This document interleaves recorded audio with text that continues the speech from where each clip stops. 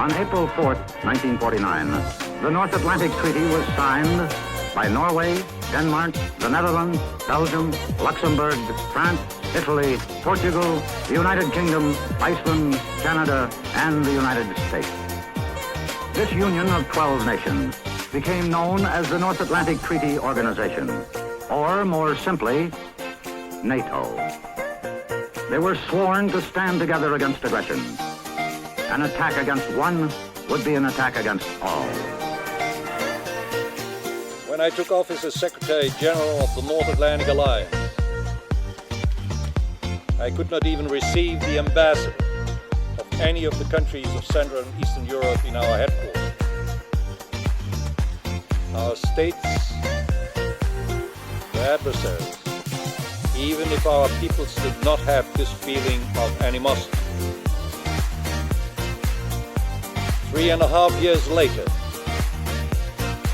here we are, sitting around the same table, celebrating the inaugural meeting of the North Atlantic Cooperation Council. If ever history witnessed a profound turnaround, this is such a unique moment. A moment not only of high symbolic, but also of eminent practical value. Europe will not be the same after our meeting today. 4 days ago, following adoption of UN Security Council Resolution 1031, NATO initiated Operation Joint Endeavour to establish a NATO-led implementation force for the Bosnian peace agreement. Today at 11 o'clock, Admiral Leighton Smith, as commander of IFOR, assumed control of military operations in Bosnia-Herzegovina. This is a momentous event. With transfer of authority, the IFOR now consists of 17,000 NATO troops in Bosnia. This represents a quarter of the planned force. The presence of NATO in Sarajevo demonstrates the commitment of the alliance to play its part in implementing the peace agreement last week signed in Paris. The NATO nations unanimously condemn these barbaric acts committed against a NATO member state. The mindless slaughter of so many innocent civilians is an unacceptable act of violence without precedent in the modern era. It underscores the urgency of intensifying the battle against terrorism, a battle that the NATO countries, indeed all civilized nations, must win. All allies stand united in their determination to combat this scourge.